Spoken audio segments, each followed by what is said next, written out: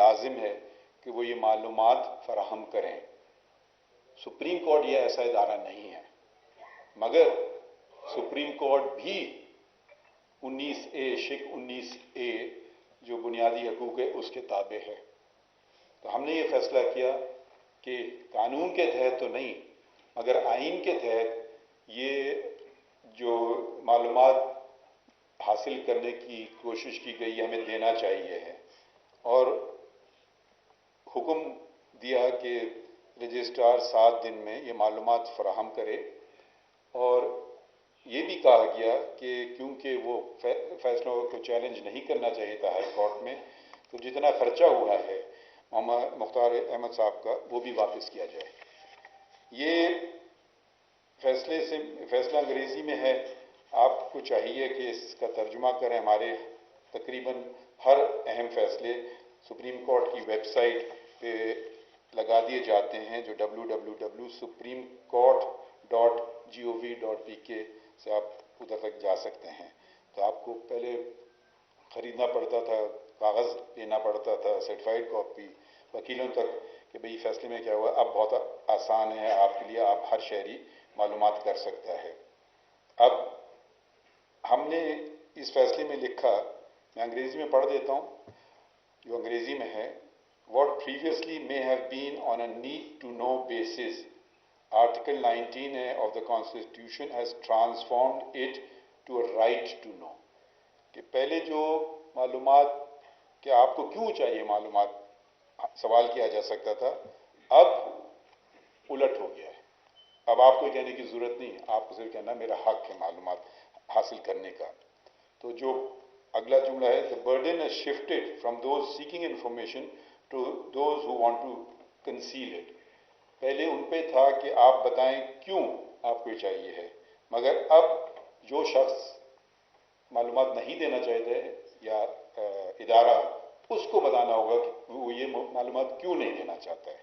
تو بہت یہ میرے خیال میں ایک بنیادی فرق آ گیا۔ اور مزید کہا گیا کہ access to information is no longer a discretion granted through occasional benevolence but is now a fundamental right available with every Pakistani, which right may be invoked under Article 19A of the Constitution. یعنی کہ اب یہ کوئی فراخ دلی کی بات نہیں ہے ادارے کی کہ وہ آپ کو یہ معلومات دے یا نہ دے، اب یہ ایک بنیادی حق ہے، اور جو ہر شہری کا بنیادی حق ہے کہ وہ اس معلومات حاصل کر سکے۔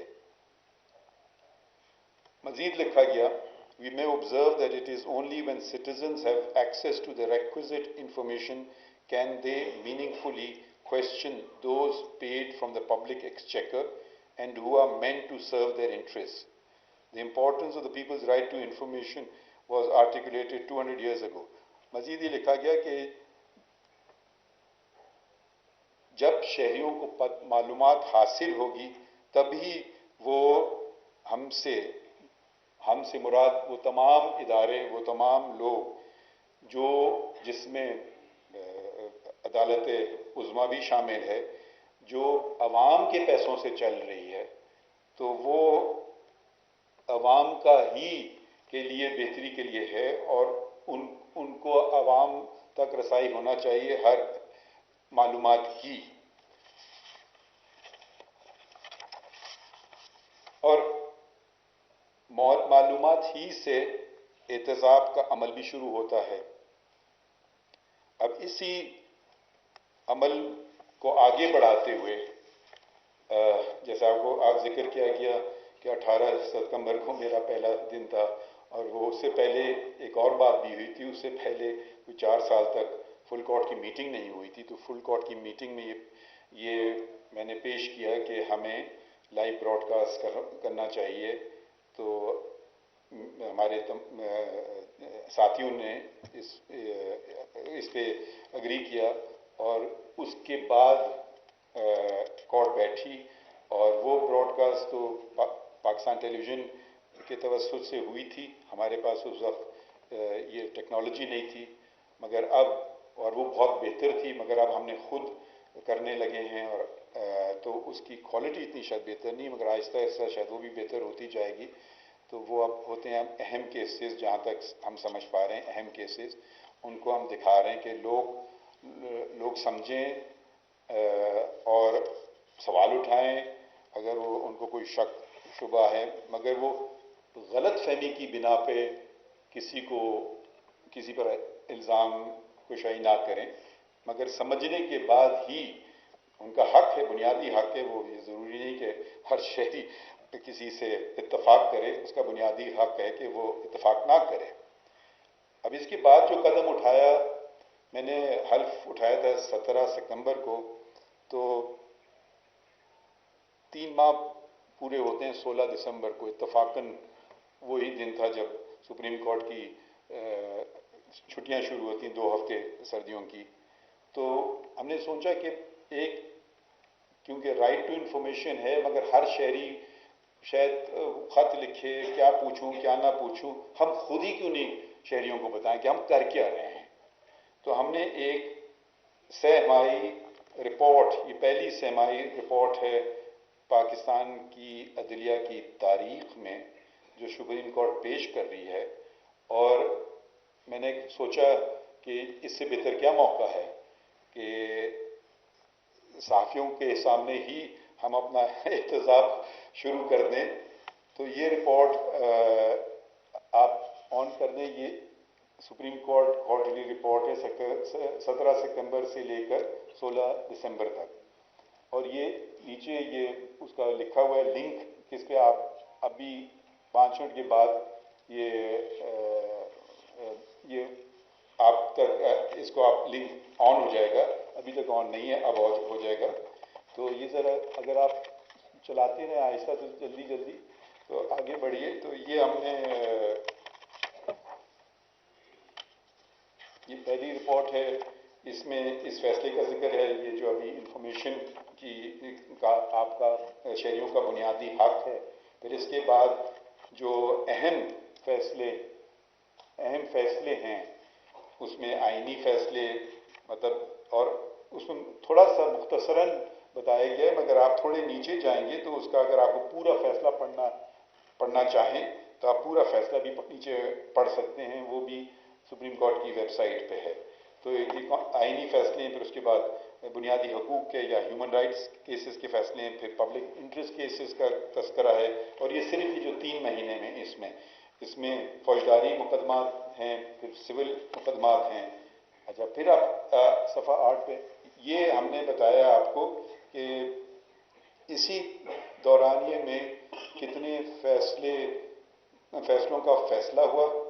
اگر آپ پہلا وہ نمبر دیکھیے تو وہ 4467 ہے، اور یہ ہیں جو نئے مقدمے اندراج کیے گئے، اور جو مقدمے ہم نے نمٹائے گئے اسی وقت میں وہ 5305 ہیں.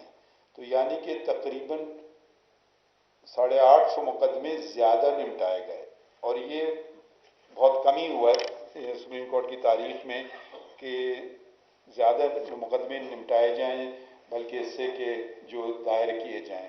اب اس سے اگر ایک مقدمہ بھی زیادہ دائر ہو رہا ہے، اس کا مطلب ہے وہ آپ کی پینڈنسی میں اضافہ کر رہا ہے.